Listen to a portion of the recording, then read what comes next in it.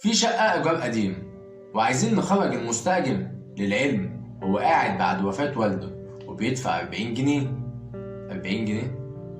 الإيجار القديم ده مهم جدا على فكرة. عايز ياخد 20,000 علشان يخرج. إيه الإجراء اللي ممكن ناخده عليه علشان محدش من إخواته يجي يطلبه بفلوس بعد كده؟ للعلم هو الوحيد اللي في الشقة من قبل حتى وفاة والده حتى الآن. شكرا لحضرتك مقدما أستاذي الفاضل. في البداية كده علشان نجاوب على السؤال ده محتاجين نعرف كام حاجة. هو تاريخ عقد الإيجار سنة كام؟ إن التاريخ مهم. هل هو كان فعلا قاعد مع والده؟ ومين الورثة؟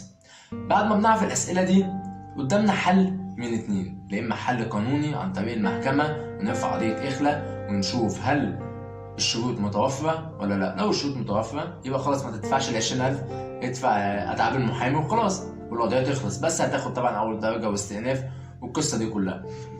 لو مش عايزين بقى الطريق ده وعايزين طريق عادي وسهل ويخلص في حوالي شهر كده، ممكن حضرتك تمضي الشخص وكل الورثة بتنازلهم عن عقد الإيجار ده، وبالتالي هتضطر ان انت، بس خلي بالك لو عملت الحل التاني هتضطر ان انت تدفع لكل حد من الورثة. اشمعنى هو خد بس فلوس؟ لا احنا كمان عايزين ناخد عشان نتنازل.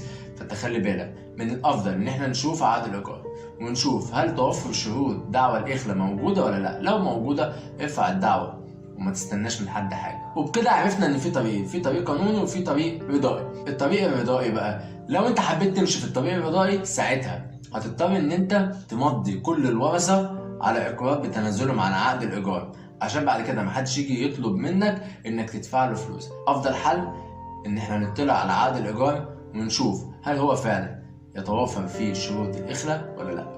كان معاكم جرجس عادل المحامي ومستني اسئلتكم في البوست اللي هينزل، اسئله موكل العزيز.